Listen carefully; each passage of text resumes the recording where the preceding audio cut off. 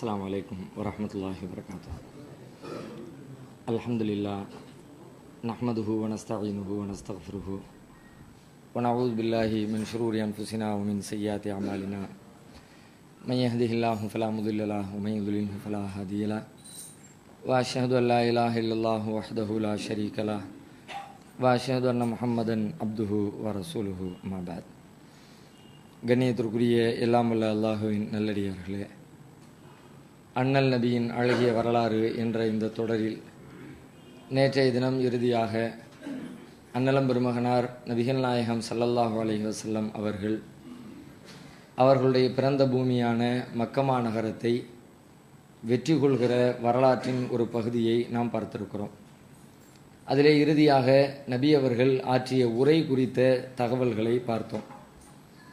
அந்த உரை உண்மையிலே சிந்திக்க தகுந்த பல்வேறு பாடங்களையும் நமக்கு தேவையான படிப்பினைகளையும் கற்றுத்தரக்கூடிய ஒரு அற்புதமான ஒரு உரை. ரசூல் ஸல்லல்லாஹு அலைஹி வஸல்லம் எதிரிகள் நிறைந்திருக்கிற ஒரு ஊரை வெற்றி கொள்கிறார்கள். வெற்றி கொண்டதற்கு பிறகு சொல்லக்கூடிய செய்தி என்னவா இருக்குன்னு பார்த்தால், அந்த வெற்றிக்கான பெருமையோ ஆணவமோ எதுவுமோ வெளிப்படாத வகையில் இதனுடைய எல்லா புகழும் புகழ்ச்சியும் இறைவனையே சாரும் என்கிற வகையில் தன்னுடைய வார்த்தைகளை பயன்படுத்துகிறார்கள். எப்படி சொல்றாங்க? லா இலாஹா இல்லல்லாஹு வஹதா வ ஸதக வஅதா. வணக்கத்திற்குரியவன் அல்லாஹ் மட்டுமே, அவன் தனித்தவன். வ ஸதக வஅதா, அவன் கொடுத்த வாக்குறுதியை அவன் உண்மைப்படுத்தி இருக்கிறான். வ நஸர அபுதா, அவனுடைய அடியாருக்கு அவன் உதவி செய்திருக்கிறான். வ ஹஸமல் அஹ்ஸாப வஹதா, எதிரி படைகளை அவன் மட்டுமே தனித்து அளித்திருக்கிறான். யாரையும் கூட்டி சேர்த்துக்கிட்டு நம்முடைய உதவியோட, நம்முடைய சிந்தனையோட, நம்முடைய இராணுவ பலத்தோட அப்படியே அவங்கள 4 பேர் புகழ்ந்து பேசி எவ்வளோ அற்புதமான கருத்துக்களை சொல்கிறாங்க, எவ்வளோ தெளிவாக பேசுகிறாரு, எப்படியெல்லாம் சிந்திக்கிறாரு அப்படின்னு அக்கம் பக்கத்தில் 4 பேர் கைத்தடிகள் புகழ்ந்து பாடுறதுக்கு 4 பேர் வந்துட்டாங்கன்னு போதும். அதுக்கப்புறம் அவருடைய நிலைமை அப்படியே தலைகீழாக மாற ஆரம்பிச்சிடும். அவரே தன்னை என்னமோ தேவலோகத்திலிருந்து குதிச்சவர் மாதிரி கற்பனை பண்ணிக்கிட்டு அவர் தன்னை பெருமையாக ஆணவமாக மக்களை எல்லாம் விட்டு தன்னை தனித்து கொண்டவராக இந்த மாதிரியெல்லாம் நடக்க ஆரம்பிச்சிருவாங்க. ரசூல் ஸல்லல்லாஹு அலைஹி வஸல்லம் நேர் தலைகீழாக இருக்கிறாங்க. துவக்கத்தில் ஆரம்பத்தில் எப்படி இருந்தார்களோ அதே போல அல்லாஹுக்கு தான் எல்லா புகழும் அப்படிங்கிறதுல கடுகளவிற்கு கூட சலனம் இல்லாதவர்களாக நபிகள் நாயகம் ஸல்லல்லாஹு அலைஹி வஸல்லம் இந்த நிகழ்வு காட்டுகிறது. மற்ற எந்த போர்க்களத்தை விடுங்க, மக்காவை வெற்றி கொள்வது என்பது ஒரு பெரும் சரித்திர நிகழ்வு. அது இன்னைக்கு நம்ம பேசிக்கிட்டு இருக்கிற சரித்திர நிகழ்வு மட்டுமல்ல, நபிகளார் வாழுகிற காலத்திலேயே அது ஒரு பெரிய எதிர்பார்ப்போடு இருந்துச்சு. என்ன ஆகும் என்ன ஆகும் என்ன ஆகும் அப்படிங்கிற கேள்வியோடு இருந்துச்சு. அப்படிப்பட்ட நிலையில துரத்தி அடித்த எதிரிகளை வெற்றி கொள்கிற தருணத்தில் கூட எப்படா என்ன துரத்தி அடிச்சு வந்து உட்கார்ந்துக்கிட்டு வந்து மக்கால நுழைஞ்ச உடனே யாரு அந்த குடும்பம்லாம் வா, அவன் தானே என் கழுத்துல குடவை தூக்கி போட்டவன், அவன் ஃபேமிலி கூட இழுத்துட்டு வா, யார்கிட்ட விளாண்டிய அப்படின்னு பேசினாங்கள சொல்லலாம். அப்ப நம்மளிடத்திலையும் இது ஒரு பெரிய பண்பாட்டை கற்றுத்தருகிறது. என்னன்னு கேட்டா, நம்முடைய வாழ்க்கையில அந்த அளவுக்கு இல்லைன்னா கூட சின்ன சின்னதாக எத்தனையோ மகிழ்ச்சி தரக்கூடிய வெற்றி அடையக்கூடிய வாய்ப்புகளை வாழ்க்கையில சந்திக்கிறோம். அந்த மாதிரி நேரத்தில் இந்த பணிவை நம்ம வெளிப்படுத்தணும். எந்த ஒரு வெற்றியை நாம சந்திச்சாலும் இந்த வெற்றியினுடைய முழுமையான பின்னணி எல்லாம் அல்லாஹ்வை தான் சாரும், இதனுடைய நன்மைகள் அனைத்தும் அல்லாஹ்வை தான், இதனுடைய பெருமை அனைத்தும் அல்லாஹ்வை தான் சாரும் அப்படின்ற வார்த்தைகளை பயன்படுத்த நாம கற்றுக்கொள்ளணும். இல்லாட்டி நம்ம உள்ளத்துலேயும் செய்தா வந்து உட்கார்ந்து நம்மளும் என்னமோ பெரிய ஆள் மாதிரி சும்மா அற்பத்தில் அற்பமான காரியத்தை செஞ்சு விட்டு தலையெடுத்து ஆடுவாங்க. 4 பேர் குடிசை வீட்டுக்கு மத்தியில் ஒருத்தன் மோட்டு வீடு கட்டிடுவான், அவ்வளோதான் முடிஞ்சு போச்சு, நாங்கள் எவ்வளோ பெரிய ஆள் தெரியுமா. அவன் வேற ஊருக்கு வந்தோம்னா பிச்சைக்காரனாக இருப்பான். இப்போ நம்ம ஊர்லேயே பாருங்க, வெளிநாட்டுக்கு போயிட்டு வந்து சில பேர் சில ஊர்களில் அப்படி பெருசாக வீடு கட்டிடுவாங்க. வீடு கட்டின உடனே அவர் அந்த லீவில் 2 மாதம் வந்துட்டு போகிறதுக்குள்ளே பண்ணுற அலப்பறை தாங்காது. இங்கே அந்த அலப்பறை பண்ணுவாரா, அங்கே என்ன லெவலு, அவன் காரை கழுவிக்கிட்டு இருப்பார். இங்கேருந்து அங்கே போய் இறங்கின உடனே இந்த லெவலு தான். அப்போ நம்ம யதார்த்தத்தை புரிந்து கொண்டு எந்த ஒரு வெற்றிகள் வருகிற பொழுதும் அல்லாஹ்வுக்கே அதனுடைய பெருமைகளை உரித்தாக்கக்கூடியவர்களாக இருக்கணும். அந்த நேரத்தில் இந்த சொற்களை எல்லாம் நம்ம பயன்படுத்தணும். மனசர் அபுதா, அவனுடைய அடிமையாகி எனக்கு அவன் உதவி செய்திருக்கிறான் அப்படின்னு நம்ம அந்த வார்த்தைகளை பயன்படுத்தணும். ஆனால் இந்த வார்த்தையை இப்போ நம்ம எப்படி பயன்படுத்திட்டு இருக்கோம் பார்த்தீங்களா? பெருநாளைக்கு பெருநாள் பயன்படுத்திட்டு இருக்கோம். பெருநாள் வந்துருச்சு, ரசூலுல்லாஹ் ஹஜ்ஜுக்கு சொல்லி இருக்கிறாங்க. இந்த ஃபத்ஹ் மக்கால சொன்ன மாதிரி ஹஜ்ஜுடைய நேரத்தில் இந்த வார்த்தைகளை சொன்னாங்க. ஆனால் இப்போ என்ன நடக்குதுன்னு கேட்டால், பெருநாள் அன்னைக்கு காலையில் மைக்கை போட்டு உட்காந்துக்கிட்டு எல்லாரும் சொல்லுங்க நசராபுதா அசதுந்தா அப்படின்னு சொல்லிவிட்டு அதை ஒரு பாட்டு படிக்கிற மாதிரி. அதுக்கு என்ன அர்த்தம்? இதை ஏன் சொல்லணும்? ரசூலுல்லாஹ் சொல்ல சொன்னாங்களா? ரசூலுல்லாஹ் எந்த இடத்துல சொன்னாங்க? எந்த சிந்தனையும் இல்லாமல் ஏதோ ஒரு மந்திரம் சொல்கிற மாதிரி உட்காந்து ஒருத்தர் சொல்லிக் கொடுக்க பின்னாடி உள்ளவங்க சொல்லக்கூடிய ஒரு காட்சி இருக்கிறது. அது மார்க்கத்தில் உள்ளது இல்லை. பெருநாள் அன்றைக்கு தக்பீர் சொல்லுங்கள் தான் மார்க்கம் சொல்லுகிறது. தக்பீர்னா என்ன? அல்லாஹ் அக்பர், அவ்வளோதான் தக்பீர். தக்பீர் கட்டுங்கன்னு ரசூலுல்லாஹ் சொன்னாங்களே, என்ன செய்திய? தொழுகையில் ரசூல் ஸல்லல்லாஹு அலைஹி வஸல்லம் முதல்ல தக்பீர் சொல்வார்கள். அல்லாஹ் அக்பர் தக்பீர் சொல்லி கைகளை கட்டிக்குவாங்கன்னு வருது. அது நீங்கள் நெஞ்சிலேயோ தொப்புலையோ அது ரெண்டாவது வச்சுக்குவோம். தக்பீர் சொல்லுவாங்கன்னு உடனே எப்படி சொல்றீங்க? உடனே எல்லாரும் லா இலாஹ இல்லல்லாஹ் தலப்பைக் அப்படி எல்லாமே சொல்றிய? ஹஸமல் அஹஸாப வஹதா நஸரா அபுதா அஸஜுந்தாவ சொல்றிய? அல்லாஹ் அக்பர், அதுதான் தக்பீர். அந்த தக்பீரை சொல்லிக்கிட்டே இருக்கணும். அதுவும் எப்படி சொல்லணும்? பெருநாள் அன்னைக்கு முழுக்க சொல்லணும். பெருநாள் திடல்ல போய் உட்காந்துக்கிட்டு சொல்லிட்டு வர்றது இல்லை. பெருநாள் அன்னைக்கு காலையில் 8 மணிக்கு தொழுவ ஆரம்பிக்கினா 7:30 மணிக்கு போய் உட்காந்துக்கிட்டு அவர் சொல்ல சொல்ல திரும்ப சொல்வதற்கு பெயர் அல்ல. அப்படி சொல்லமா இருக்கும். எப்படி சொல்லணுமா? பெருநாள் அன்றைக்கு நீங்கள் போகும்போது, வரும்போது, ஏறும்போது, இறங்கும்போது, படுக்கும்போது, எந்திரிக்கும் போது அந்த நாள் முழுக்க வலித்து கப்பீருல்லாஹ அலாமா ஹதாக்கும், உங்களுக்கு நேர்வழி காட்டியதற்காக, வலி துக்மிலுல் இத்தத்தை, அந்த நோன்பின் எண்ணிக்கையை பூரணப்படுத்தியதற்காகவும், அல்லாஹ் அந்த நோன்பு அடைகிற வாய்ப்பு உங்களுக்கு கொடுத்தாமல முழுசா, இந்த ரெண்டுக்காகவும் வலித்து கப்பீருல்லாஹ, அல்லாவை நீங்கள் பெருமைப்படுத்துங்க. அல்லாஹ் அக்பர் அல்லாஹ் அக்பர் அல்லாஹ் அக்பர்னு சொல்லிக்கிட்டே இருக்கு. அப்படித்தான் சொல்லப்பட்டிருக்கிறது. இது நாம பெற்றுக்கொள்ள வேண்டிய ஒரு பாடம். அடுத்து என்ன என்று சொன்னால், அடுத்த ரசூல் ஸல்லல்லாஹு அலைஹி வஸல்லம் காபாவிற்குள்ளே நுழைகிறார்கள். காபாவிற்குள்ளே நுழையக்கூடிய நிகழ்வு எப்படி வருது அப்படின்னு கேட்டால், காபாவை சுற்றிலும் சிலைகளாக இருக்கிறது. 360க்கு நெருக்கமான சிலைகள் காபாவை சுற்றிலும் சின்ன சின்ன தெய்வங்களாக பல்வேறு தேவைகளுக்கு பல்வேறு பெயர்களில் உருவாக்கி வச்சிருக்கிறாங்க. காபாவை சுற்றி வச்சிருக்கிறாங்க. சுற்றி வச்சிருக்க ஒரு ரசூல் ஸல்லல்லாஹு அலைஹி வஸல்லம் சொல்லிட்டாங்க, இந்த மாதிரியான நிலையில இப்போ நான் உள்ளே போக விரும்பலை, அதை எல்லாத்தையும் ரிமூவ் பண்ணுங்க, காலி பண்ணுங்க, அதுக்கு பிறகு நான் காபாக்குள்ளே போகிறேன் அப்படின்னு ரசூல் ஸல்லல்லாஹு அலைஹி வஸல்லம் எல்லாத்தையும் வெளியேற்றுங்க, அதை எல்லாத்தையும் க்ளீன் பண்ணுங்கிறாங்க. சொன்ன உடனே ஃபஉக்ரிஜத், உள்ள சிலைகள் எல்லாமே அகற்றப்படுகிறது. ஃபஅக்ரஜு சூரத்தை இப்ராஹிம், அகற்றப்படுகிறதுல இப்ராஹிம் அலைஹிஸ்ஸலாத்துடைய சிலையும் சேர்ந்து வருது, இஸ்மாயில் நபியுடைய சிலையும் சேர்ந்து வருது. எப்படிப்பட்ட நபிமார்கள்? அவங்க தான் இந்த காபாவை நிர்மாணிச்சாங்க. ஆதம் அலைஹிஸ்ஸலாத்துக்கு பிறகு மீண்டும் இந்த காபாவை ஒரே ஒரு இறைவனை மட்டுமே வணங்குவதற்காக கட்டி எழுப்பப்பட்ட அந்த கட்டி எழுப்பிய கதாநாயகர்களை அவர்களே ஒரு சிலையாக வடித்து அவங்கள தூக்கி உள்ள நிப்பாட்டி வச்சுட்டாங்க. வெறுமனை நிப்பாட்டி வைக்கலையா, ஃபி ஐதீஹிமா அல் அஸ்லாம், அவங்க 2 பேருடைய கையில குறிபாக்குற அம்பையும் கொடுத்துட்டாங்க. அந்த சுறாக்கா குறிபாத்தார் பத்தியா, ஏதாவது ஒண்ணுனா செய்யலாமா செய்யக்கூடாதா, டக்குன்னு 2 அம்பை தூக்கி போட வேண்டியது, அதுல ஒண்ணு எடுக்க வேண்டியது, எஸ்ன்னு வந்துச்சுன்னா செய்யறது, நோனு வந்துச்சுன்னா செய்யறது இல்லை அப்படின்னு பண்ணாங்கல்ல. இதே வேலை இதுக்கு அங்க 2 அம்பை தூக்கி 2 பேருடைய கையிலையும் மாட்டி வச்சு இந்த மாதிரி பண்ணி வச்சிருக்கிறாங்க. ரசூலுல்லாஹ் பார்த்த உடனே கொதிச்சுட்டாங்க, எப்படி பண்ணி வச்சிருக்கிறாங்க. ஃபகால ரசூலுல்லாஹி ஸல்லல்லாஹு அலைஹி வஸல்லம் காத்தலஹுமுல்லாஹ், இந்த மாதிரி வேலையை செஞ்சவனும் அல்லாஹ் அழிக்கட்டும். ஏன்? வல்லாஹி லகத் அலிமு அன்னஹுமா லம் யஸ்தக்ஸிமா பிஹா கத்து, இதை செஞ்சாங்களே, இந்த சிலையை செஞ்சாங்களே, அவங்களுக்கு தெரியும் இந்த 2 பேரும் குறிபார்ப்பவர்களாக இருந்ததில்லை என்பது தெரியும். தெரிஞ்சுக்கிட்டே இந்த வேலையை பார்த்திருக்கிறாங்க. அல்லாஹ் ஒருத்தன் தான் மறைவான விஷயங்களை அறிந்தவன், குறிபார்ப்பது மார்க்கத்திலே கிடையாது என்பதைத்தான் இப்ராஹிம் நபியும் இஸ்மாயில் நபியும் சொன்னார்கள். இதை செய்தவர்களுக்கு அது தெரியும். தெரிந்து கொண்டே இறைவனுக்கு இணை கற்பிக்கிற இந்த பாவத்தை செய்தவர்களை அல்லாஹ் அழிக்கட்டும் அப்படின்னு ரசூல் ஸல்லல்லாஹு அலைஹி வஸல்லம் அந்த இடத்துல சொல்லவும் செய்கிறாங்க. அதோடு மட்டும் இல்லாம அவங்க கையில ஒரு குச்சி வச்சிருக்கிறாங்க, அவங்களும் சேர்ந்து உடைக்கிறாங்க.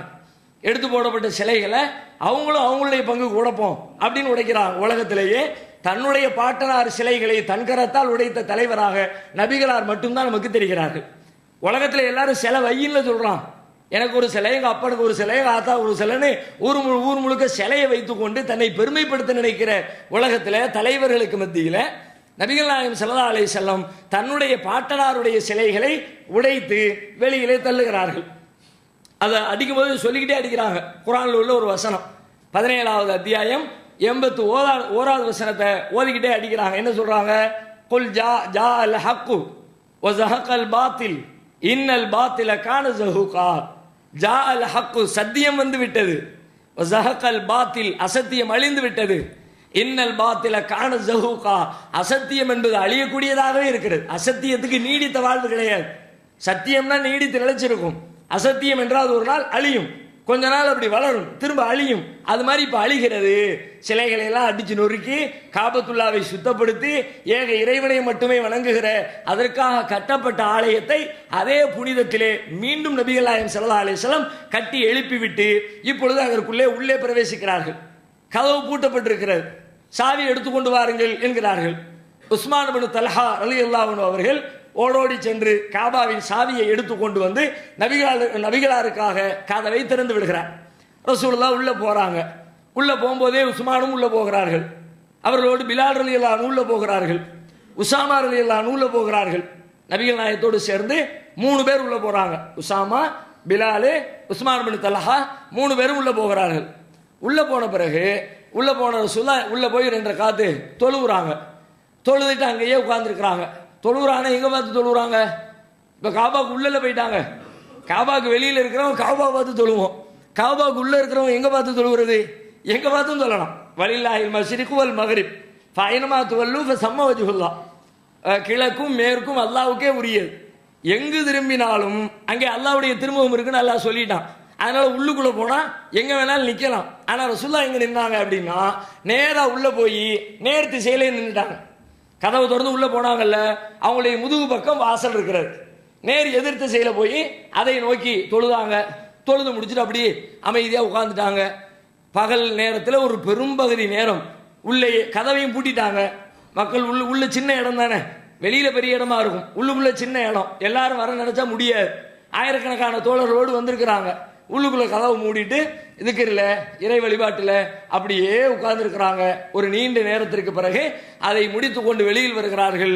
காபாவிற்குள்ளே பிரவேசித்து விட்டு தொழுகையை நிலைநாட்டி விட்டு மக்காவை வெற்றி கொண்டு விட்டு வெற்றி பெற்ற அந்த நிலையிலேயே நபிகள் நாயகம் ஸல்லல்லாஹு அலைஹி வஸல்லம் அவர்கள் தம்முடைய ஊருக்கு மீண்டும் பயணத்தை துவக்குகிறார்கள். இது மக்கா வெற்றி குறித்த வரலாற்று செய்திகள். இதுல இந்த செய்திகள் அனைத்துமே இதுவரைக்கும் சொல்லப்பட்ட மக்கா வெற்றி குறித்த தகவல்கள் அனைத்தும் புகாரியில 1601, 4400, முஸ்லிமில் 3650, அபுதாவூதில் 2626, 3941 ஆகிய எண்களில் பதிவு செய்யப்பட்டிருக்கிறது. இப்போ ஊர் திரும்பிட்டாங்க. அதற்கு பிறகு என்னன்னு கேட்டா இஸ்லாத்தினுடைய வளர்ச்சி தாறுமாறா அப்படி வளர்ந்து கொண்டே போகிறது. ஆல்ரெடி உதைபியா ஒப்பந்தமே பிரச்சனைகளை எல்லாம் நீக்கி இஸ்லாம் வளர்வதற்கு ஒரு வாய்ப்பை உண்டாக்கி கொடுத்துச்சு. இப்ப மக்காவும் வெற்றி பெற்ற பிறகு வளர்ச்சியினுடைய வேகம் அதிகரிக்கிறது. வேகம்னா சும்மா சாதாரண வேகம் இல்லை, ஒருத்தர் 2 பேர் அந்த மாதிரிலாம் இல்லை. எல்லாம் ஊராக, கூட்டம் கூட்டமாக, கிராமம் கிராமமாக, மொத்தமாக இஸ்லாத்தை நோக்கி மக்கள் அணிவகுக்க துவங்குகிறார்கள். ஏன் இவ்வளவு நாள் இல்லாதவங்க இப்ப என்ன புதுசா திடீர்னு இப்ப மட்டும் என்ன வந்துச்சு அப்படின்னு கேட்டா, அன்றைக்கு அரபு உலகத்துல ஒரு பெரிய எதிர்பார்ப்பு இருந்துச்சு. அதாவது மக்கா யாருடைய கைகளில் இருக்கிறதோ அவர்கள் தான் சத்தியவான்கள் அப்படிங்கிற ஒரு நம்பிக்கை அரபு மக்களிடத்துல இருந்துச்சு. ஏன்னா அபாவில் பறவைகள் அனுப்பி அந்த படையை எல்லாம் அழிச்சான். அதுல இருந்து அவங்களுக்கு என்ன ஏற்பட்டுருச்சு? அசத்தியவாதி எவனால் உள்ள வந்தா எல்லாம் அழிச்சு போடுவான், அவங்க கையில எல்லாம் கொடுக்க மாட்டான் அப்படின்னு ஒரு நம்பிக்கை இருந்ததுனால யாரு கையில இருக்குதோ அவங்க சத்தியவான்கள். அதனால இவர் கைக்கு போகுதா இல்லையா வெயிட் பண்ணி பார்ப்போம். அப்படி பார்த்துக்கிட்டே இருக்கிறாங்க. மக்கா வெற்றி கொள்ளப்பட்ட உடனே உண்மையில இவர் பக்கம் தான் சத்தியம் இருக்கிறது என்று அந்த மக்கள் நம்ப ஆரம்பித்து விட்டார்கள். உடனே ஆளுக்கு நம்ம இஸ்லாத்துக்குள்ள வருவோம்னு எல்லாரும் வருகிறார்கள். இந்த செய்தியை அம்ர் இப்னு சலமா என்ற நபித்தோழர் அவங்க சொல்றாங்க. நாங்க எங்களுடைய வீடு மக்கள் அதிகமாக பயணிக்கக்கூடிய பயண பாதைகளே இருந்துச்சு. இவர் சின்ன பிள்ளை, அம்ர் இப்னு சலமா சின்ன பிள்ளை. அவர் சொல்ற பயண பாதையிலே இருந்துச்சு. மக்கள்லாம் மக்காவில இருந்து வருவாங்க போவாங்க. அப்ப எல்லாரும் பேசிக்குவாங்க. முகமது பத்தி, அவங்களுடைய இஸ்லாத்தை பத்தி, மார்க்கத்தை பத்தி நிறைய பேசுவாங்க. அப்படி பேசும்போது பெரும்பாலானவங்க என்ன பேசிக்கிட்டு இருந்தாங்கன்னு கேட்டா, கொஞ்சம் வெயிட் பண்ணுவோம்பா, இந்த முகமதுடைய நிலைமை எப்படி ஆகுது, தலவ்வம பி இஸ்லாமிஹிம் அல் ஃபத்ஹ, மக்காவை வெற்றி கொள்கிற வரைக்கும் அவரை நாம எதிர்பார்த்து காத்திருப்போம். ஃபயகூலுன உத்ருகூஹு வ கௌமுஹு, அவரையும் அவருடைய குடும்பத்தை அவருடைய கூட்டத்தாரோடு விட்டு விடுங்கள், அது வரைக்கும் ஒன்றும் பேச வேண்டாம். இது வரைக்கும் மக்காவில் ஒரு முடிவு ஆகிற வரைக்கும் எதுவும் பேச வேண்டாம். ஃபைன்னஹு அல்லாஹ் அலைஹிம் ஃபஹுவ நபியும் சாதிகுன், அவர் அதை ஜெயித்து விட்டால் அவர் உண்மையான நபின்னு அர்த்தம். உண்மையாகவே அவர் இறை தூதருங்கிறது கன்ஃபார்ம் ஆயிடும் அப்படின்னு பேசிக்கிட்டாங்க. எனவே ஃபலம்மா கானத் வகாத்து அஹ்லில் ஃபத்ஹி பாதர குல்லு கௌமின் பி இஸ்லாமிஹிம், மக்காவை வெற்றி கொண்ட நிகழ்வு நிகழ்ந்த பொழுது கூட்டம் கூட்டமாக இஸ்லாத்தை நோக்கி மக்கள் பிரவேசிக்க ஆரம்பித்தார்கள். இந்த செய்தி அல்லாஹ் ஆல்ரெடி சொல்லிட்டான். இந்த மக்கா வெற்றிக்கு முன்னாடியே இந்த மாதிரி கூட்டம் கூட்டமாக மக்கள் இஸ்லாத்தை நோக்கி வருவார்கள் அப்படிங்கிற தகவலை ரசூலுல்லாஹ்வுக்கு முன்னறிவிப்பே செஞ்சுட்டான். நமக்கெல்லாம் தெரிஞ்ச சூரா 110வது அத்தியாயம் சூரத்து நஸ்ர். இதா ஜா நஸ்ருல்லாஹி வல் ஃபத்ஹ் வராயித்தன் நாஸ யதுகுலூன ஃபீ தீனில்லாஹி அஃப்வாஜா. அந்த சூரா இதுக்கு முன்னாடி இறங்கினது, மக்கா வெற்றிக்கு முன்னாடி இறங்கின சூரா. அதில் அல்லாஹ் என்ன சொன்னா, அல்லாஹ்வுடைய உதவியும் அல்லாஹ்வுடைய வெற்றியும் வரும்போதுன்னு சொன்னாலே பின்னாடி தான் அர்த்தம். பின்னாடி வரப்போகுது, வர்ற நேரத்தில் நீங்க எப்படி நடந்துக்கணும் அதுதான் அல்லாஹ் சொல்றான். வராயித்தன் நாஸ யதுகுலூன ஃபீ தீனில்லாஹி அஃப்வாஜா, அல்லாஹ்வுடைய மார்க்கத்தில் மக்கள் கூட்டம் கூட்டமாக நுழைவதை நீங்கள் பார்க்கிற பொழுது, ஒருத்தர் ரெண்டு பேரா இல்ல, கூட்டம் கூட்டமா நுழைவாங்க, அதை நீங்க பார்ப்பீங்க. அப்படி பார்க்கிற நேரத்தில் உங்க மனசு சஞ்சலப்பட்டுற கூடாது. நம்ம பெரிய ஆள் ஆயிட்டோம், நம்ம பேச்சை கேட்கறதுக்கு மக்கள் கூட்டம் கூட்டமா வர்றாங்க அப்படின்னு உங்களுடைய உள்ளத்துல ஒரு பெருமையோ ஆணவமோ வந்துடக்கூடாது. நீங்க என்ன செய்யணும் தெரியுமா? ஃபஸப்பிஹ் பிஹம்தி ரப்பிக வஸ்தக்ஃபிருஹு. அந்த மாதிரியான ஒரு சூழலை சந்திக்கிற பொழுது உமது இறைவனின் தூய்மையை பிரகடனப்படுத்துங்கள், அவனை புகழுங்கள், அவனிடத்திலே பாவ மன்னிப்பு தேடுங்கள், அவன் பாவங்களை மன்னிக்க கூடியவனாக இருக்கிறான் என்று சொல்லி இதற்கு முன்னரே அல்லாஹ் ரப்புல் ஆலமீன் மக்கள் கூட்டம் கூட்டமாக இஸ்லாத்தை நோக்கி வருவார்கள் என்று அல்லாஹ் சொல்லியிருந்தான். இப்ப அதே மாதிரி மக்கள் கூட்டம் கூட்டமா வர்றாங்க. பனு ஹனீஃப் என்ற ஒரு கோத்திரத்தார், அப்துல் கைஸ் என்ற ஒரு கோத்திரத்தார், தௌஸ் என்ற பெயரில் ஒரு கோத்திரத்தார், சகீஃப் என்ற பெயரில் உள்ள ஒரு கோத்திரத்தார், ஃபர்வத் பின் அம்ர் என்று சொல்லப்படுகிற ஒரு கோத்திரத்தார், பனு ஆமிர் என்று சொல்லப்படுகிற ஒரு கோத்திரத்தார், தொய்யி என்ற பெயரில் உள்ள ஒரு கோத்திரத்தார், இதெல்லாம் குலங்கள். கூட்டம் குடும்பமா மொத்தமா எல்லாரும் வந்து சந்திச்சு இஸ்லாத்தை ஏற்றுக்கொண்டு இஸ்லாத்தினுடைய கடமைகளை தங்களுடைய ஊரில் போய் கடைபிடிக்க போகிறோம்னு சொல்லிவிட்டு வருகையும் போகுமாக இப்படியாக இருக்கிறது. அப்புறம் ரசூலுல்லாஹ் அல்லாஹ் சொன்ன அந்த கட்டளையை நிறைவேற்றாங்க.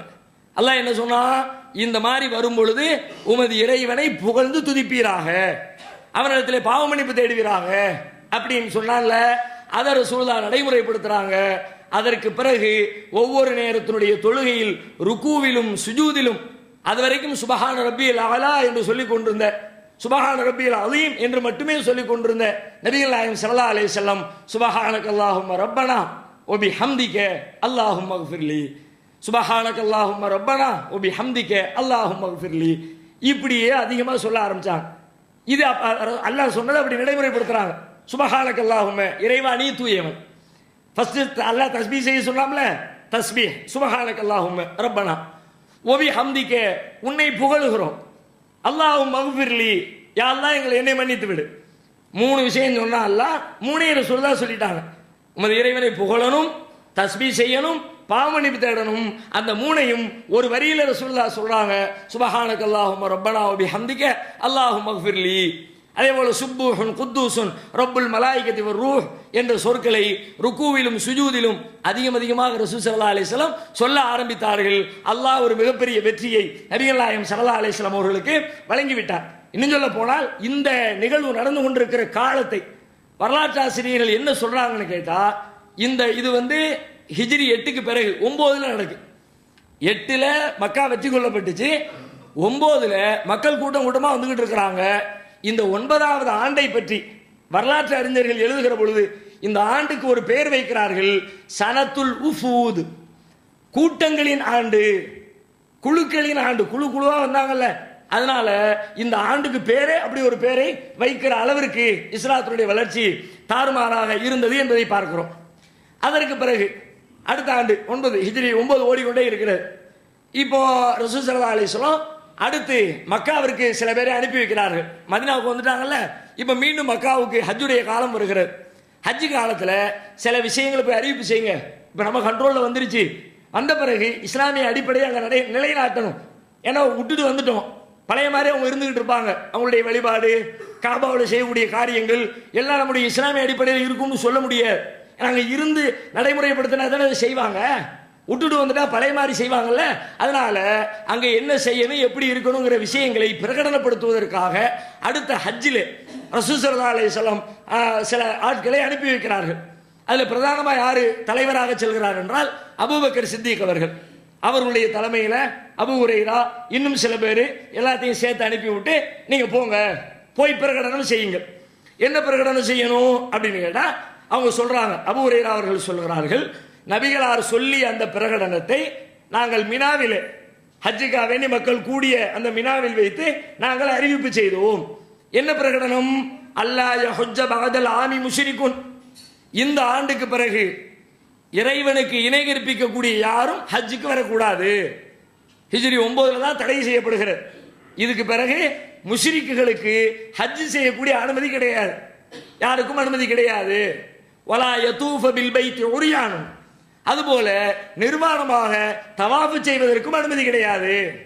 அது வரைக்கும் அந்த வேலையை தானே பார்த்துக்கிட்டு இருந்தாங்க. பெரிய புனிதம் வழிபாடுன்னு சொல்லி சொன்னா நிர்வாணமாக காபா தவாஃப் பண்ணிக்கிட்டு இருந்தாங்க.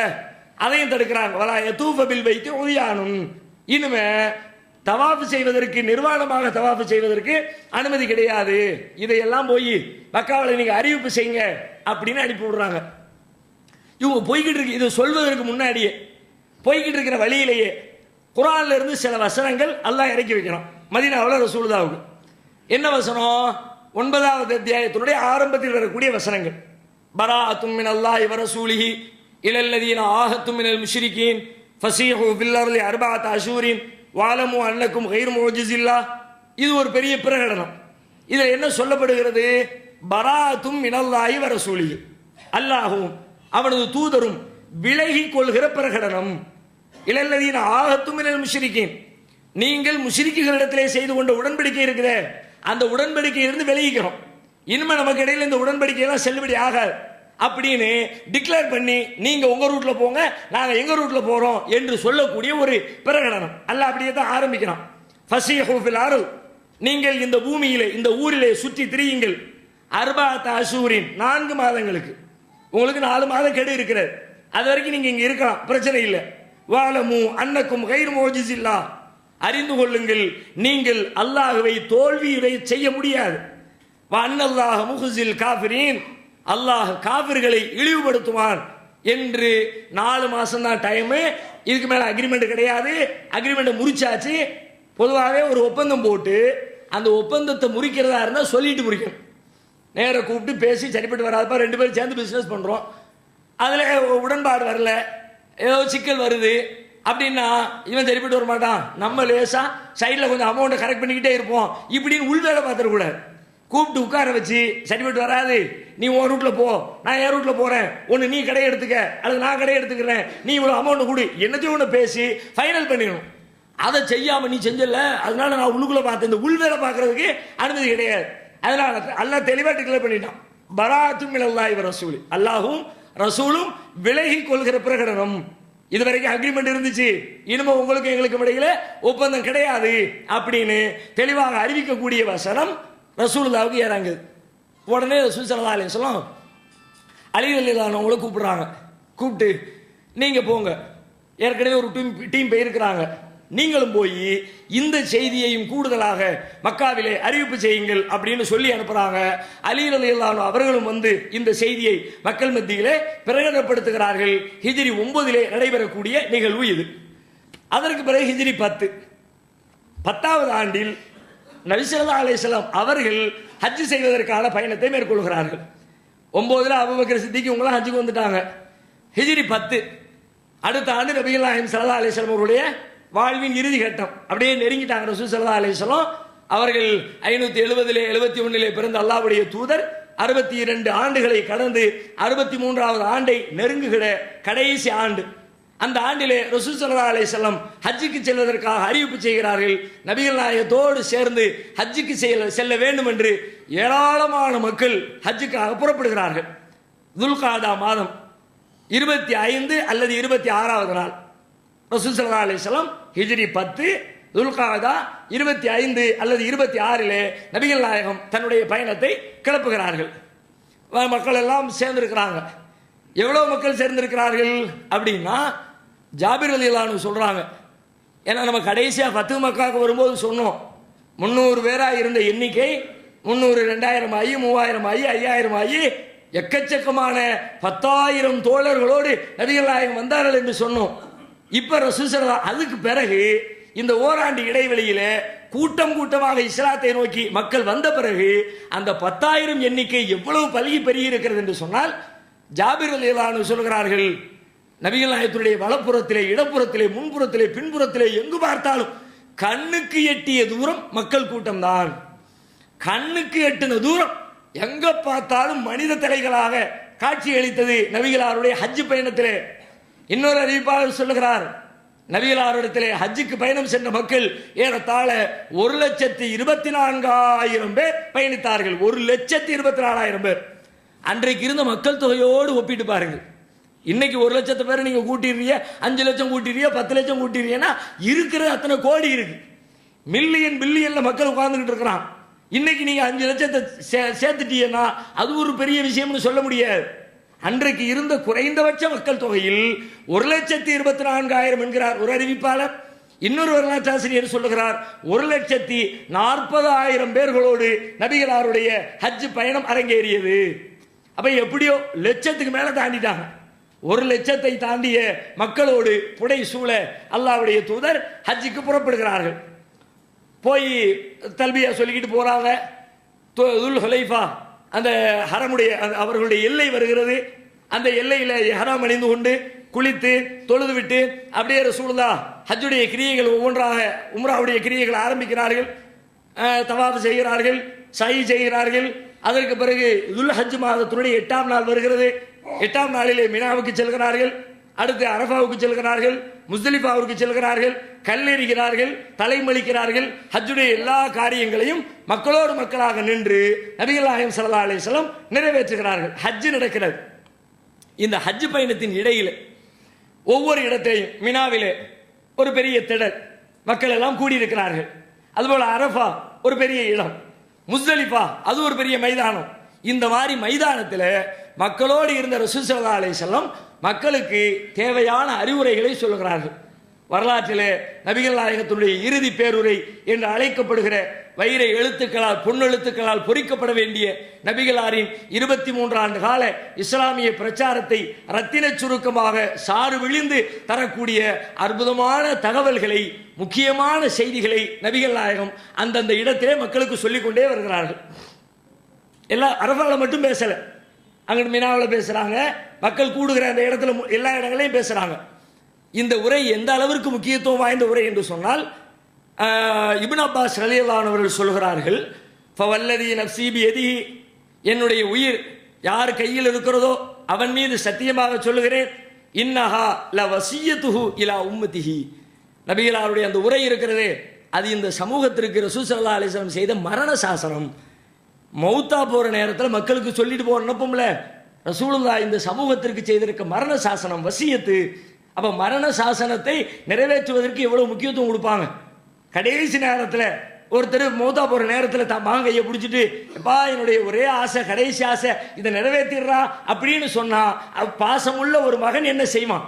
என்னுடைய தந்தையுடைய கடைசி ஆசை, அதை நான் நிறைவேற்றணும் அப்படின்னு பாடுபடுவாங்கல்ல.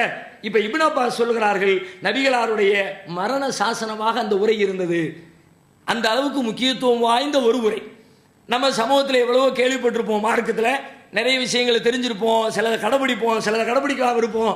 ஆனால் நபிகளாருடைய வாழ்க்கையில அவர்கள் இறுதியாக சொன்ன செய்திகளை ஒட்டுமொத்தமாக தொகுத்து அதை உள்ளத்திலே இருத்தி அதை கடைபிடிக்க ஆரம்பித்தாலே நாம் ஒரு நல்ல முஸ்லீமாக இருந்து விட முடியும். இஸ்லாத்திற்கு தேவையான, முஸ்லீமாக வாழ்வதற்கு தேவையான எல்லா விஷயங்களையும் ரத்தின சுருக்கமாக நபிகள் நாயகம் ஸல்லல்லாஹு அலைஹி வஸல்லம் அவர்கள் அந்த உரையிலே குறிப்பிடுகிறார்கள். அது நமக்கு தேவையான ஒரு உரை. என்னவெல்லாம் சொல்கிறார்கள்? முதலிலே மினாவிலே நிற்கிறார்கள்.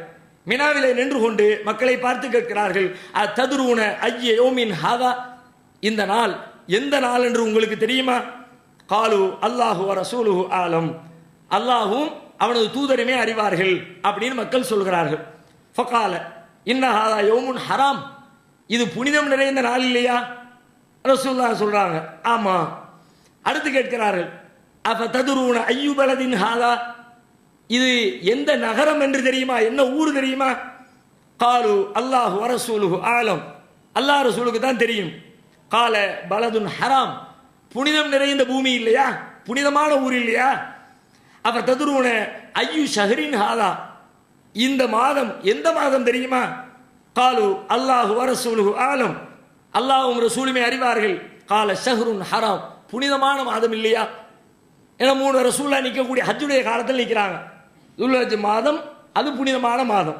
அவங்க இருக்கிற ஊர் மக்கமா நகரம், அது ஒரு புனித பூமி. அவர்கள் இருந்து கொண்டிருக்கிற நாள் ஹஜ்ஜுடைய நாள், அது ஒரு புனிதமான நாள். எனவே ரசூலுல்லாஹ் புனிதமானது இல்லையா சொல்லிட்டு சொல்கிறார்கள், ஃபஇன்னல்லாஹ ஹர்ரம அலைக்கும் திமாஅக்கும் வ அம்வாலக்கும் வ அராலக்கும் க ஹுர்மத்தி யௌமிக்கும் ஹாதா ஃபீ ஷஹரிக்கும் ஹாதா ஃபீ பலதிக்கும் ஹாதா. அல்லாஹ் உங்களில் ஒவ்வொருவருடைய இரத்தங்களையும் உயிர்களையும், வ அம்வாலக்கும் உங்களின் பொருட்களையும், வ அராலக்கும் உங்களின் மான மரியாதைகளையும் ஹராமாக்கி இருக்கிறான். க ஹுர்மத்தி யௌமிக்கும் ஹாதா, இந்த நாளின் புனிதத்தை போல, ஃபீ ஷஹரிக்கும் ஹாதா உங்களின் இந்த மாதத்தின் புனிதத்தை போல, ஃபீ பலதிக்கும் ஹாதா உங்களின் இந்த ஊரின் புனிதத்தை போல பொருளையும் உயிரையும் மான மரியாதையையும் அல்லாஹ் புனிதமாக்கி இருக்கிறான். அந்த புனிதங்களில் நீங்கள் எல்லை மீறி விடாதீர்கள். இந்த 3 விஷயத்திலே எக்கச்சக்கமான செய்தி அடங்கிடுச்சு. ஒரு மனிதனுக்கு உள்ள உரிமைகள் சார்ந்து பல விஷயங்கள் இந்த 3க்குள்ள இருக்கிறது. பிறருடைய உரிமைகளை எப்படி பேணணும் தெரியுமா? அந்த அளவுக்கு இந்த நாட்களை பேணுற மாதிரி பேணுங்க. இது 3 என்ன சொல்றாங்க? உயிர், பொருள், மான மரியாதை. இப்ப நீங்க நல்லா யோசிச்சு பாருங்க, நம்ம வாழ்க்கையில எத்தனை பேர் இதுல இந்த 3ஐயும் கடைபிடிக்கிறோம். உயிர் விஷயத்தில் பெரும்பாலும் கவனமா இருப்போம். பெரும்பாலும் எடுத்த எடுப்புல கொலை பண்றது அப்படியெல்லாம் இருக்காது, அது ரொம்ப கம்மி. பொருளாதார விஷயத்துல, பொருளாதாரம் தான் இன்றைக்கு உலகத்தை தீர்மானிக்கிறது, வழிநடத்துகிறது. ஒரு மனிதனுடைய செயல்பாட்டை, ஒரு மனிதனுடைய நட்பை, ஒரு மனிதனுடைய எதிர்ப்பை, ஒரு மனிதனுடைய பகைமையை எல்லாமே தீர்மானிப்பது பணமாகத்தான் இருக்கிறது. பணத்துக்காக வேண்டி யாரையும் விளக்கலாம், பணத்தை பெறுவதற்காக எந்த அநியாயமும் செய்யலாம் என்ற எல்லைக்கு மக்கள் இருக்கிறார்களா இல்லையா? பக்கத்து வீட்டுக்காரனோடு சண்டை என்னன்னு பார்த்தா ஒரு ஜான் இடத்தை எடுத்துக்கிட்டான், அவனுக்கு சொந்தமான இடத்தை நம்ம எப்படி எடுக்கிறது? ரசூலுல்லாஹ் இறுதி பேரில் என்ன சொன்னாங்க? அடுத்தவன் பொருள் உனக்கு ஹராம், அதை நீ எல்லை மீறிடாத. அவ்வளவு அசால்ட்டா பார்த்துக்கலாம்பா. அதுலேயும் கொஞ்சம் ஏப்ப சாப்பையா இருந்துட்டான், விவரம் இல்லாமல் இருந்துட்டான், கணவன் இல்லாத பெண்ணா இருந்துட்டா, அனாதை குழந்தைகளா இருந்துட்டா கேட்கவே தேவையில்லை. நம்ம ஏதோ பராமரிக்கிற மாதிரி ஒரு நாடகம் நடிச்சு அவர்களுடைய சொத்துக்களை நம்முடைய சொத்துக்களாக ஆக்கிக்கொள்ள முயற்சி எடுக்கிறோமே. நபிகளாருடைய இறுதி பேரையில் அவர்கள் சொன்ன வசியத்து என்ன? அடுத்தவனுடைய பொருளை எல்லை மீறிடாதீங்க. மான மரியாதையை பற்றி சொன்னாங்களே, மான மரியாதை இன்றைக்கு காற்றில் பறக்க விடப்படுகிறது. பிறருடைய மான மரியாதை, என் மானம் மட்டும்தான் பெருசு, அடுத்தவன் மானம் கண்ணியம் எதையும் யோசிக்கிறது இல்லை. பிறருடைய குறைகளை பகிரங்கப்படுத்துவது என்று சொன்னால் நமக்கு அல்வா சாப்பிட்ற மாதிரி இருக்கு. அதுவும் இன்றைக்கு இருக்கிற நவீன உலகத்தில் இந்த ஃபேஸ்புக்கு, வாட்ஸ்அப்பு, முந்தியெல்லாம் ஒரு மனிதனுடைய மானத்தோடு விளையாட வேண்டும் என்று சொன்னால் ரொம்ப சிரமம். ஒரு ஆள்கிட்ட சொல்லலாம், 2 ஆள்கிட்ட சொல்லலாம், 10 பேர்கிட்ட சொல்லலாம். 100 பேர்கிட்ட அந்த செய்தி போகணும்னா 2 நாள் ஆகும். இவர் அவர்கிட்ட சொல்லி, அவர் அவர்கிட்ட சொல்லி, அவர் அவர்கிட்ட சொல்லி ஒரு ஊர் முழுக்க ஒரு செய்தி, கெட்ட செய்தி பரவுவதற்கு 2 நாள் தேவைப்படும். ஆனால் இன்றைக்கு 2 கோடி பேரிடத்திலே செல்வதற்கு 2 நிமிடம் போதும், 2 செகண்ட் போதும். ஒருத்தர் பற்றியான ஒரு தப்பான மெசேஜை டைப் பண்ணி ஒரு கிளிக் முடிஞ்சிருச்சு. எத்தனை பேர் இதை பார்ப்பார்கள்? அவனை பற்றி தெரியாம விசாரிக்காம, நமக்கு பிடிக்கலங்கிற ஒரே காரணத்துக்காக நம்முடைய எதிரி அவனை பற்றி எப்படியா டேமேஜ் பண்ணணும், அவதூறா பரப்புறது, பொய்யா பரப்புறது. கேட்டால் ரொம்ப சிம்பிளாக பதில் சொல்லுவோம். அது எனக்கு வந்துச்சு, நான் ஃபார்வேர்டு பண்ணுனேன். என்ன ஃபார்வேர்டு? அப்போ உங்களுக்கு பதில், உங்களுக்கு பொறுப்பு இல்லையா? சரி, உங்களுக்கு வந்தது ஃபார்வேர்டு செய்திகள் என்றால், இதே போன்ற ஒரு செய்தி உங்கள் தாய் விஷயத்திலோ, உங்கள் சகோதரி விஷயத்திலோ, உங்கள் மகள் விஷயத்திலோ யாரோ ஒருத்தர் அனுப்பி விட்டா வந்துச்சு, ஃபார்வேர்டு பண்ணுவேன்னு பண்ணுவீங்களா?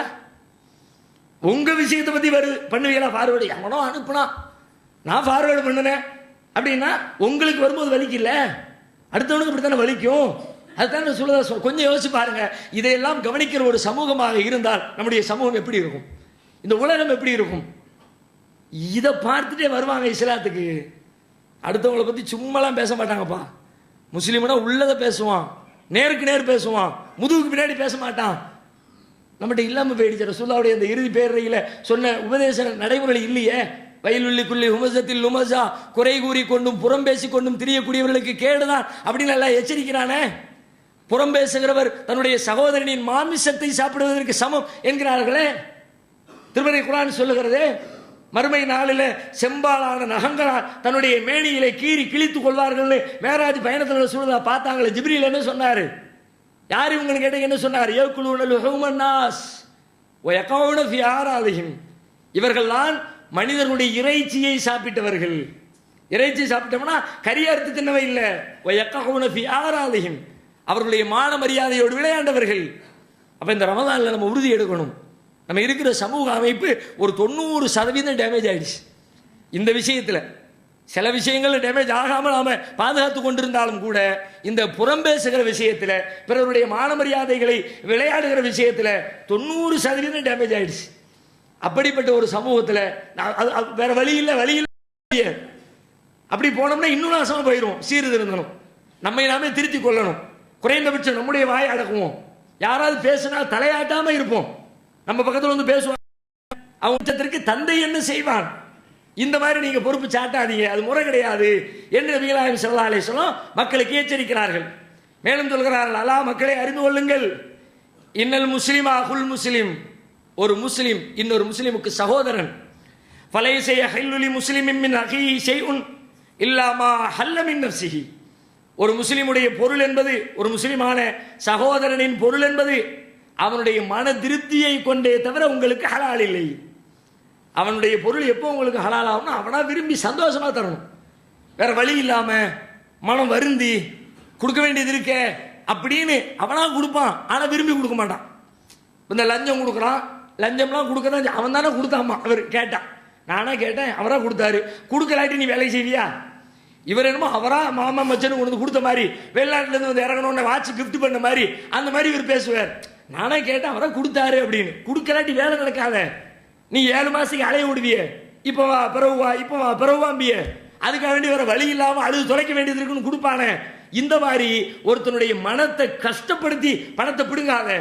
ஒரு பணம் ஒருத்தன் இருந்து வருதா அவனா விரும்பி தரணும், அவன் மனமும் வந்து தரணும். இப்போ இந்த திருமண நேரத்தில் வரதட்சணை கொடுக்கப்படுகிறது, வாங்கப்படுகிறது. அதெல்லாம் எப்படி பேசுறாங்க? ஒரு காலம் இருந்துச்சு, பெருமையா பேசலாம். நாங்கள் இத்தனை பவுன் வாங்கணும், அத்தனை பவுன் அப்படி இப்படின்னு சொல்லிவிட்டு அது ஒரு பெருமையான காலகட்டம் இருந்துச்சு. இப்போ சீச்சின்னு ஆயிடுச்சு. வாங்கியிருக்கான் நம்மள இவ்வளவு வச்சிருக்கான், அந்த மாதிரி இன்னும் உனக்கு ஆசை தீரல, அந்த பிள்ளைகிட்ட போய் இத்தனை லட்சம் தான் அத்தனை லட்சம் தான் கேட்டுக்கிட்டு அப்படி இந்த ட்ரெண்ட் பேச்சு விளக்கு மாறிடுச்சு. ஆனாலும் கூட இப்போ எப்படி வந்திருக்கு தெரியுமா? முந்தியெல்லாம் நாங்கள் கேட்டோம், மாமியார் கடை வந்து பேசுவாங்க வெளியில் உட்காந்துட்டு, நாங்கள் போய் 100 பவுன் போட்டா போடுவேன், இல்லாட்டி இந்த கல்யாணம் நடக்காதுன்னு சொல்லிவிட்டேன். உடனே சுற்றி உட்காந்துருக்கோம்னா அப்படியே வாயை போட்டு உட்காந்துருப்பாங்க, எல்லாம் வச்சு கொட்டிக்கிட்டு. ஆமாம் ஆமாம், உன் பிள்ளை இன்ஜினியர் படிச்சிருக்கான், உன் பிள்ளை 50,000 ரூபாய் சம்பாதிக்கிறான், நீ கேப்பமா நகல் முடியுமா? அது பெருமையா இருந்துச்சு. இப்போ ட்ரெண்ட் மாறின பிறகு எப்படி ஆயிடுச்சு? கேட்டா கேவலமா பார்க்கறானுவ அப்படின்னு உடனே நாங்களா கேட்டோம், அவங்களா அவங்க பிள்ளைக்கு போட்டாங்க. சில பேர் அதையே சொல்லுவாங்க, மாப்பிள்ளை உள்ள போய் உட்காந்துக்கிட்டு பொண்ணு உள்ள போய் உட்காந்துக்கிட்டு, நாங்க எங்களுக்கு ஒன்றும் தேவையில்லை, நீங்க உங்க பிள்ளைக்கு என்ன போடுறோம் அதை போட்டு, அவ பிள்ளைக்கு அவன் போட நீ என்ன சொல்றேன்னு. நேற்றைக்கு வரைக்கும் அவன் பிள்ளைக்கு அவன் சாப்பாடு போட்டான்ல, அவன் பிள்ளைக்கு ட்ரெஸ் எடுத்து கொடுத்தாம்ல, அவன் பிள்ளைக்கு நகை போட்டாம்ல, இவங்க உட்காந்து லேசா பின்ன போட்டு வராம இருந்துடக்கூடாது, எதையாவது கொடுக்காம விட்டுறக்கூட, தவிர்க்கார வீட்டில் போய் பிடிக்கிறோம், ஒன்றும் கிடையாம விட்டு நாம என்ன பண்றது அப்படின்றதுக்காண்டி உங்க பிள்ளைக்கு போடுறத போட்டு அனுப்புங்க. போடுகிறார்கள். ஏன் போடுகிறார்கள்? போட்டு அனுப்பலாட்டி பிள்ளையை நிம்மதியை வாழ வைக்க மாட்டார்கள் என்பதற்காக இன்னும் போடுகிறார்கள். கடனை வாங்கி போட்டு கொண்டுதான் இருக்கிறார்கள். இது ஹலாலா? சிந்திக்க வேண்டும். நபிகளாருடைய இறுதி பேருரையை சிந்தித்தால் இந்த பாவத்திலிருந்து வெளியே வரலாம். ரசூல் ஸல்லல்லாஹு அலைஹி வஸல்லம் பல்வேறு பெரும் தீமைகளுக்கு அந்த உரையிலே முற்றுப்புள்ளி வைக்கிறார்கள். குறிப்பாக வட்டி. வட்டி என்பது ஒரு பெரும் பாவம், மனிதர்களை சுரண்டுகிற ஒரு கொடுமை, உலக பொருளாதாரத்தை நாசமாக்குகிற ஒரு திட்டம். ஆனால் அந்த உண்மை தெரியாம உலகம் வட்டி இல்லாமல் இன்றைக்கு பொருளாதாரமே இல்லை நினைச்சுக்கிறாங்க. வட்டி எங்க ஒழிக்கப்படுதோ அங்கே பொருளாதாரம் மேம்படும். சீன பொருளாதாரம் அதுக்கு ஒரு உதாரணம் தானே. சீனாவில் டெவலப் ஆகி போய்கிட்டே இருக்கிறா, எங்கோ போகுது. எந்த சாமான கேட்டாலும் சைனா ப்ராடக்ட் ஒன்று இருக்குது. அது இப்போ நம்ம சைனான்னு சொல்லி சொன்னால் அதுக்கு நம்ம வச்சிருக்க பேர் வேற, சைனா ப்ராடக்டா, அது ஏதோ 3ஆம் தரம் மாதிரி. நம்ம நாட்டுக்கு வர்றது 3ஆம் தரமும் 7ஆம் தரமும், அவன் வச்சிருக்க அதுக்கு முன்னாடி 7 தரம். நம்ம என்னத்தை பார்ப்போம்? சாமானுக்குரிய விலையான்னு பார்க்க மாட்டோம். ரேட்டு என்ன? முதல்ல ரேட்டை சொல்லு, கம்மியான ரேட்டு இருந்து அதை வாங்கு. தரத்துக்கு தகுந்த விலை என்பது இந்தியாவில் பேசப்படுறது இல்லை. அதனால 7 தரத்தை தயாரித்து விட்டு 7ஆம் தரத்தை இந்தியாவுக்கு அனுப்புவான். 6வது தரம், 5வது தரம், 4வது தரம், 3வது தரம், 2வது தரம், 1வது தரம் எல்லாம் உலகத்தினுடைய பல்வேறு நாடுகளுக்கு செல்லும். பொருளாதாரம் ஏன் இப்படி, தொழில் வளர்ச்சி எப்படி? அங்குள்ள பொருளாதாரத்தில் பேங்க்ல போய் கடன் கேட்டா கடனை தருவான், கடனை மட்டும் திருப்பி அடிச்சா போதும். வாங்கிக்கிட்டு தொழில் பண்ணிட்டு கடன் அடைப்பான். இங்க 10,000 ரூபா வாங்கிக்கிட்டு 25,000 அவனுக்கு அப்ப கட்டணும். அவ்வளோ கூட இவ்வளோ கூட வருஷம் கூட கூட கூட கூட வட்டியை கூட்டிக்கிட்டே போய் வட்டி போட்டு அது குட்டி போட்டு அதுக்கு ஒரு குட்டி போட்டு இந்த கொடுமையினால் உலகத்தில் பொருளாதாரம் மந்தமாகும். ஆனால் உலக அறிவுஜீவிகளுக்கு மூளை வேலை செய்யல. இதை ஒழிச்சா உலகம் வளரும். அதனால் அல்லாஹ் சொன்னா, ரசூலுல்லாஹ் டிக்ளேர் பண்ணாங்க, அலா வ இன்ன குல்ல ரிபன் ஃபில் ஜாஹிலியத்தி மௌதூஉன், அறிந்து கொள்ளுங்கள், அறியாமை காலத்துடைய வட்டி அனைத்தும் தடை செய்யப்படுகிறது. வட்டி என்பது அறியாமை கால செயல்பாடு. அதனால தான் சொல்றாங்க, அறியாமை கால வட்டி அனைத்தும் தடை செய்யப்படுகிறது. லக்கும் ருஊஸ் அம்வாலிக்கும். சரி, இப்போ கொடுக்கல் வாங்கல் பண்ணியிருப்போமே, ஒருத்தட்டு பணம் கொடுத்துருப்போமே, என்ன பண்றது? கொடுத்த பணம் என்னமோ அதை வாங்கிக்க, அசல் உங்களுக்குரியது. லா ததுலிமூன், அநியாயம் செய்யாதீர்கள். ஒலா துலமூன், அநீதம் செய்யப்பட மாட்டீர்கள். சொல்லிட்டு சொல்றாங்க, கைரை ரிபல் அப்பாஸ் இப்னு அப்துல் முத்தலிப் ஃபைன்னஹு மௌதூஉன் குல்லுஹு. இதை என்னுடைய குடும்பத்திலிருந்து ஆரம்பிக்கிறேன். ஒரு சட்டத்தை போட்டுட்டு அந்த சட்டத்தை உலகம் எப்படி செய்யும் தெரியுமா? சட்டம் எல்லாம் உங்களுக்கு போட்ட எங்களுக்கு கிடையாதுன்றான். தலைவர்கள் போட்டுட்டு அது உலகத்துக்கு, அது எங்க குடும்பத்தை கட்டுப்படுத்தாதுமா. ரசூல் ஸல்லல்லாஹு அலைஹி வஸல்லம் உல்டாவாக முதலில் சட்டத்தை என்னிலிருந்து ஆரம்பிக்கிறேன். என்னுடைய பெரிய தந்தை அப்பாஸ் கொடுக்கல் வாங்கல் செய்து கொண்டிருக்கிறார், வட்டி பிசினஸ் பண்றாரு. அவர்கிட்ட பணம் வாங்கியிருக்கிறீங்க, வாங்கிய அசலை திரும்ப செலுத்துங்கள். அவருக்கு கொடுக்க வேண்டிய வட்டி ரத்து செய்யப்படுகிறது. அடுத்து சொல்றாங்க, பழி வாங்குதல். பழி வாங்குவது என்பதே பிழைப்பாக இருந்தது அந்த மக்களுக்கு. ரசூலுல்லாஹ் பழி வாங்குறதை பத்தி பேசுறாங்க. அலா ஒ இன்ன குல்ல தமின் கானஃபில் ஜாஹிலியத்தி மௌதூஉன், அறியாமை காலத்தினுடைய பழிவாங்கல்கள் அனைத்தும் ரத்து செய்யப்படுகிறது. கடந்த காலத்தில் ஒரு ஆளு ஒருத்தரை கொண்டுட்டாருன்னா அதுக்காக வேண்டி இப்ப நான் கொல்ல போறேன்னு யாரும் வராத, இன்னையோடு முடிஞ்சிருச்சு. பழி வாங்குதல் என்பது இப்போதைக்கு முடிஞ்சிருச்சு. அதுக்கு பிறகு மீண்டும் ஒருத்தவனை கொலை பண்ணினாங்கன்னா அது வேற செய்தி, அதை விசாரிச்சு சரி பண்ணணும். அறியாமை கால கொலைக்காக இப்ப யாரும் வந்து நிக்காத சொல்லிட்டு அதையும் என்னுடைய குடும்பத்திலிருந்து ஆரம்பிக்கிறேன். எங்க குடும்பத்தில் நாங்க பழி வாங்க வேண்டிய பாக்கி ஒன்று இருக்குது. அப்துல் முத்தலிபுடைய பேரன் ரபியாவுடைய மகன் ஹாரிஸை ஹுதைல் என்ற கோத்திரத்தார் கொலை செய்து விட்டார்கள். அந்த கொலைக்கு பழி வாங்கப்படாமல் இருக்குது. எங்க குடும்பம் இன்னும் துடிச்சுக்கிட்டு இருக்குது. நம்ம பிள்ளைய கொண்டுட்டான், என்ன வாங்கணும், அதுக்கு பழி தீர்க்கணும் பேசிக்கிட்டு இருக்கிறாங்க. பழி தீர்க்கப்படாது, அதை நான் ரத்து செய்கிறேன், நாங்கள் பழி வாங்கவில்லை, தன்னுடைய குடும்பத்திலிருந்து அறிவிக்கிறார்கள். அடுத்து சொல்றாங்க, யா யுஹன்னாஸ், மனிதர்களே, அலா இன்ன ரப்பக்கும் வாஹிதுன், உங்களின் இறைவன் ஒருவனே. இறைவன் ஒருவனே. எப்போ பார்த்தாலும் ரசூலுல்லாஹ் எங்க சுத்தினாலும் இதை சொல்லாம இருக்க மாட்டான். ஏன்னா இதை சொல்லத்தானே வந்தாங்க. அவங்க சொல்ல வந்த செய்தியில பிரதானமான செய்தி இறைவன் ஒருவன், அவனை மட்டுமே வணங்குங்கள், அவனை தவிர யாரையும் வணங்காதீர்கள். இதை சொல்லாம ரசூலுல்லாஹ்வுடைய பிரச்சாரம் நகலாது. ரசூலுல்லாஹ் சொல்றாங்க, இன்ன ரப்பக்கும் வாஹித், உங்கள் இறைவன் ஒருவனே. ஒ இன்ன அபாக்கும் வாஹித், உங்களின் தந்தையும் ஒருவரே. உங்களை பெற்றெடுத்த ஆதி தந்தை இருக்கிறாரே ஆதம் அலைஹிஸ்ஸலாம், தந்தையும் ஒருவரே. லா ஃபضل அரபியின் அலா அஜமியின் வலா அலி அஜமியின் அலா அரபியின், உங்களில் அரபி மொழி பேசுகிற எவருக்கும் அரபி அல்லாதவரை விட எந்த சிறப்பும் இல்லை, அரபி அல்லாத எவருக்கும் அரபி மொழி பேசுகிறவர் மீது எந்த சிறப்பும் இல்லை.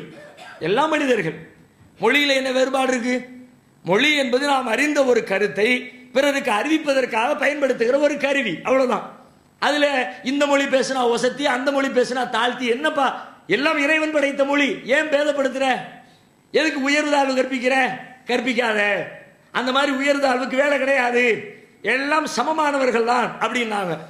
ஆனா நம்ம ஊர்ல இன்னைக்கு பாருங்க, மொழியின் அடிப்படையில் இப்பவும் ஒரு கூட்டம் பேதப்படுத்துகிறது.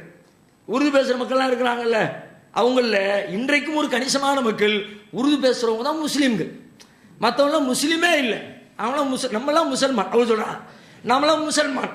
அப்ப மற்றவங்களாம் அந்த மாதிரி அவர்களை ஒரு நல்ல முஸ்லீம்கள் என்றே ஏற்றுக்கொள்ளாத அளவிற்கு உருது பேசக்கூடியவர்கள் தங்களை உயர்ந்த முஸ்லீம்களாக இன்றைக்கும் பல பேர் கருதி கொண்டிருக்கிறார்கள். நான் கோயம்புத்தூருக்கு ஒரு தடவை கூட்டத்துக்கு போயிருந்தேன். ஒரு உருது பேசுகிற ஏரியா போல இருக்கு, கொஞ்சம் மொழிவெறி ரொம்ப ஜாஸ்தியாக இருக்கு, பேசி விடுங்கன்ட்டாங்க. நான் பேசிட்டு வந்துட்டேன். 4 நாளைக்கு என்ன தூங்க விடலை. போனை போட்டு போட்டு அந்த மகனை அப்படிப்பட்ட இப்படி பண்ணிடுவோம், வந்து பாடுறா கோயம்புத்தூருக்குள்ள மணி காலை வைக்க முடியுமா, களை எடுக்கிறோம் கால் எடுக்கிறோம்னு 4 நாளைக்கு அறுத்து தீத்தாங்க. என்னன்னு கேட்டா உறுதிமொழியை பத்தி பேசிட்டோம். என்ன பேசணுங்கிறிய பெருசா ஒன்றும் பேசிடல. சரி, ஒருத்த மொழி வெறி கொண்டாமனா யாரு மொழியில வெறி கொள்ள நியாயம் இருக்கு? யாருமே கொல்லக்கூடாது. ஒரு பேச்சுக்கு இவன் மொழியில வெறி பிடிச்சவனா இருக்கிறதுக்கு நியாயம் இருக்குன்னா யாருக்கு இருக்கணும்? அந்த மொழியை படிச்சு மொழியில புலமை பெற்று மொழியில உள்ள நுணுக்கங்களை கற்று அதையெல்லாம் மக்களுக்கு பயன்படுத்தி அவன் தானே அதில் பெருமை அடிக்கணும். இப்போ உருதை வச்சுக்கிட்டு பெருமை அடிக்கல. உங்க உருதுடைய லட்சணம் என்னன்னு கேட்டேன். உங்க உருதுடைய லட்சணம் என்ன? உருதாவே இல்லை, தமிழை பூரா பேசிவிட்டு உருதுங்கிறா. அதுக்கு உதாரணத்துக்கு ஒன்று பாருங்களேன். அறியாத தேசமே தெரியாம ஆகையா, சுத்தி சுத்தி தேக்கியா தூ பச்சை பச்சை மரம் தா. நான் சொன்னது புரிஞ்சுதா இல்லையா? எல்லாத்துக்கும் புரிஞ்சிச்சு. ஆனா நான் பேசுறது உருது, நீங்க நம்பணும். அறியாத தேசமே தெரியாம ஆகையா, சுத்தி சுத்தி தேக்கியா தூ பச்சை பச்சை மரம் தா. ஏடா இருக்கிறது பூரா தமிழ் வார்த்தை. அந்த மே அந்த ஹே அந்த தா அந்த தீய போட்டோட உருதாயிருமா? பள்ளமே மாடுக்கு இருக்கையா, தும் கொம்பு பக்கடோ மை வாழ் பக்கடுதும். மாடு பள்ளம் எல்லாம் தமிழா இருக்கும். நீ கொம்ப பிடி எல்லாம் தமிழ். ஆனா கேட்டால் பேர் உருது. இந்த லட்சணத்தில் வச்சுக்கிட்டு நீ பெருமை அடிக்கிறிய என்று கேட்டதற்காக வேண்டி அப்படி போன் கால் போட்டு கொன்று எடுத்தார்கள். ஆனா இதுல அவர்கள் பெருமை அடிக்க என்ன இருக்கு?